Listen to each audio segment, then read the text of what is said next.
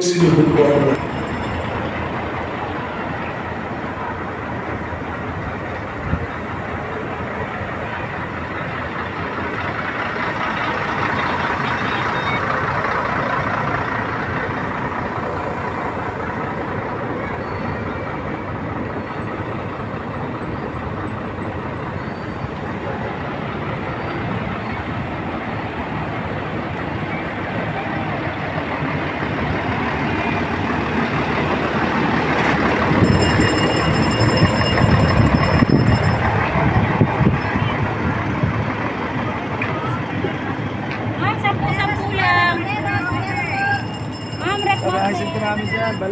Tingnan ko, tubig, sombrero.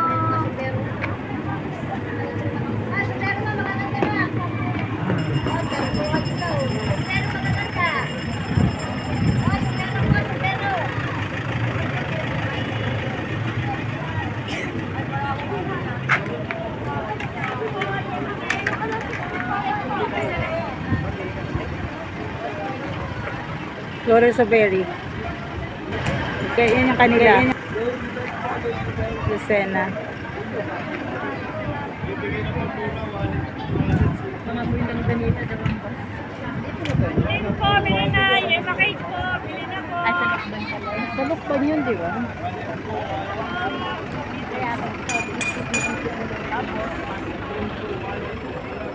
Papaliwanag ko sa inyo.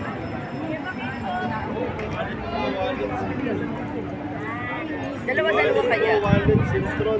Ito kay ate. Wallet mo, wallet, Sinstron. Ay, nagpipicture. Sige lang po.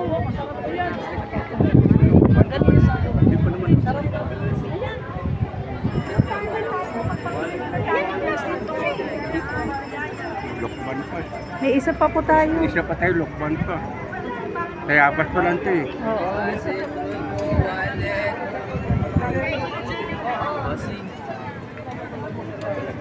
Hindi, meron din. Sila ay mag-declare ni Pope Francis nitong last February at ipoproclaim ito sa this coming June, ang alam ko. Katulad na sinabi ko, si Bishop Roberto, mahilig din siya sa mga gawing basilika. Dalawa lang yung pwedeng puntahan din ng Our Lady of Light, maaaring maging basilika o National Shrine. Pero isang bagay lang sigurado, malala ako sa Cainta by that time. Pero very promising yung Cainta balang araw na maging, kasi wala na rin National Shrine ang Dais Patipon. So 2018 maging tayo ng 2028 para maging tayo sa National Shrine. Kaya posible ma-elevate din yung Our Lady of Light in God's time. Pagdasal nyo at karangalan din ng mga taga-Cainta balang araw ito. Amen. Okay, so ngayon gagawin natin ang pag-istasyon ng 11 and 12.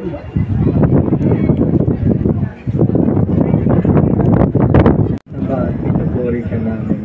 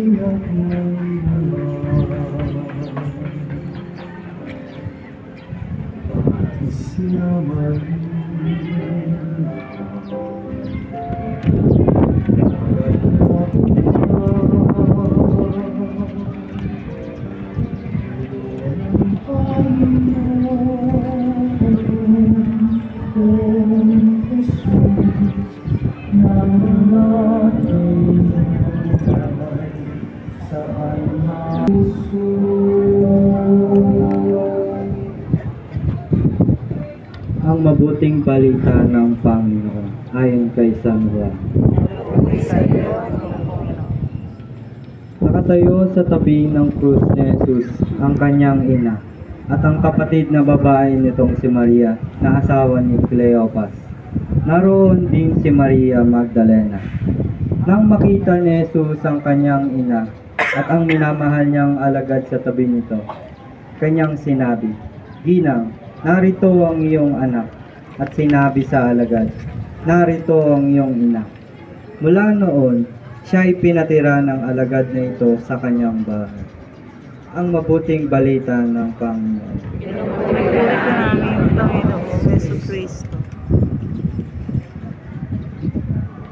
Pagninilay, ang bigyan ka ng isang ina ay isang dakilang pamana. May higit pa ba rito?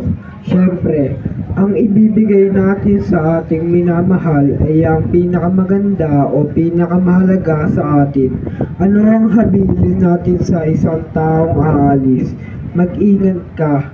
Ang salitang ito ay may pabaong pagmamahal. Nang ipagkaloob ni Jesus ang kanyang mahal na ina sa kanyang mahal ng alagad, ipinagkaloob din siya sa atin upang ating maging ina rin. Panalangin.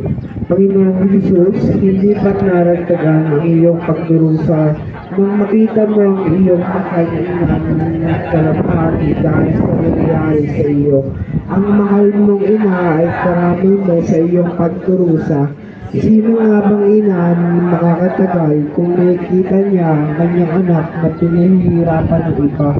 Dahil sa pagmamahal mo sa iyong ina, ay inatasan mo ang iyong alagad na matalik mo rin kaibigan nang huwag siyang pabayaan. Mapalad din ang iyong alagad ng pagkakaroon ng isang ina.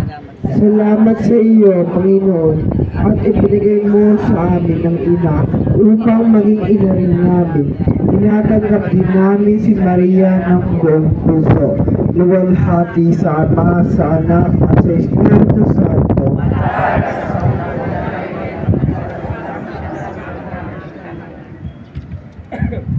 Ika-12 istasyon, si Jesus ay namatay sa krus. Sinasamba at pinupuri ka namin, O Kristo. Isinagit mo ang mga.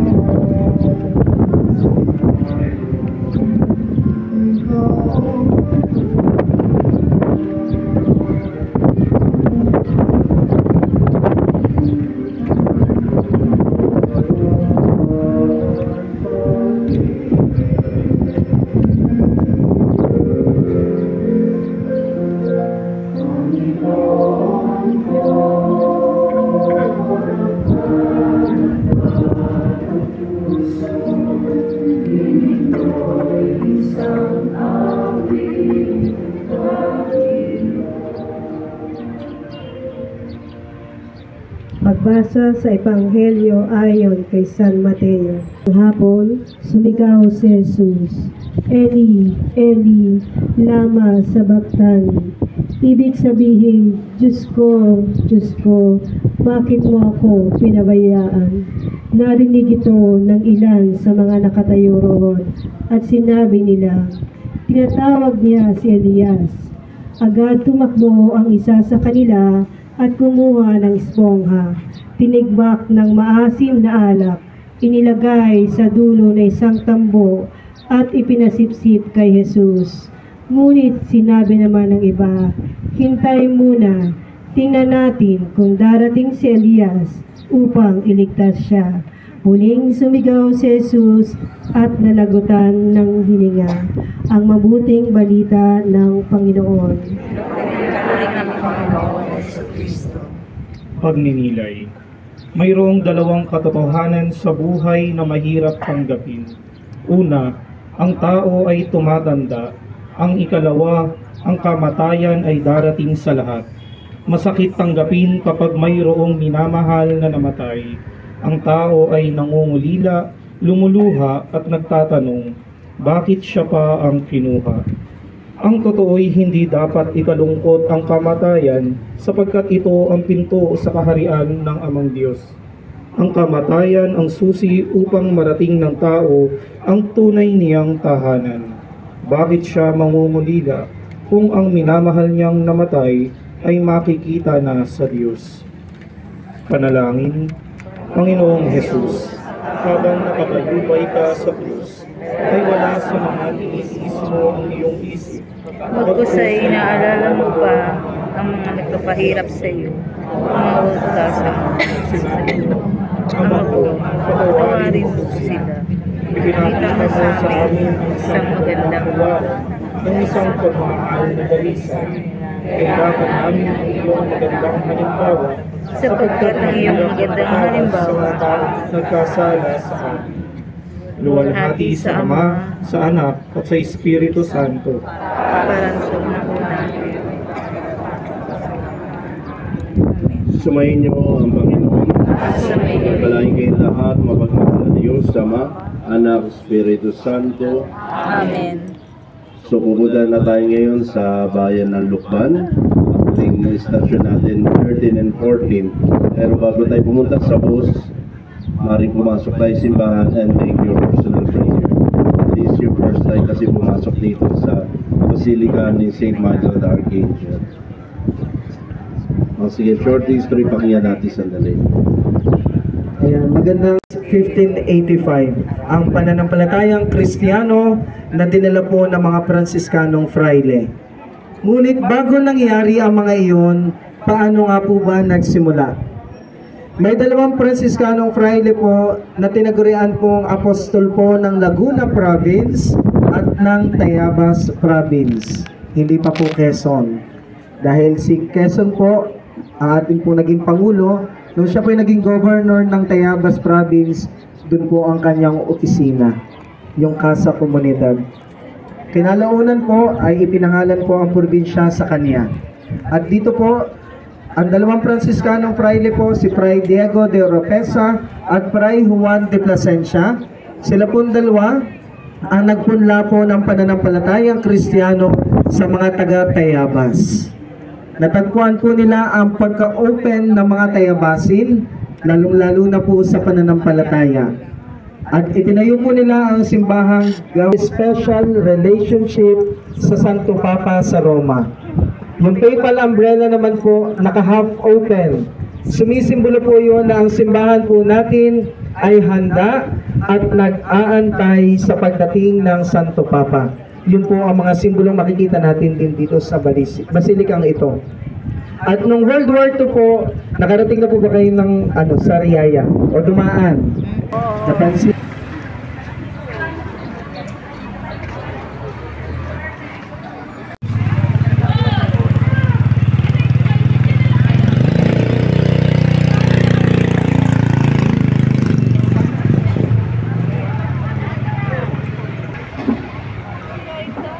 Ano ba ka?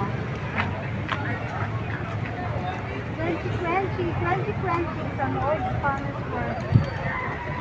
That is serious to Barangilla or divided to create something. Ang ganda ng simbahan. Ayaw ko na eh.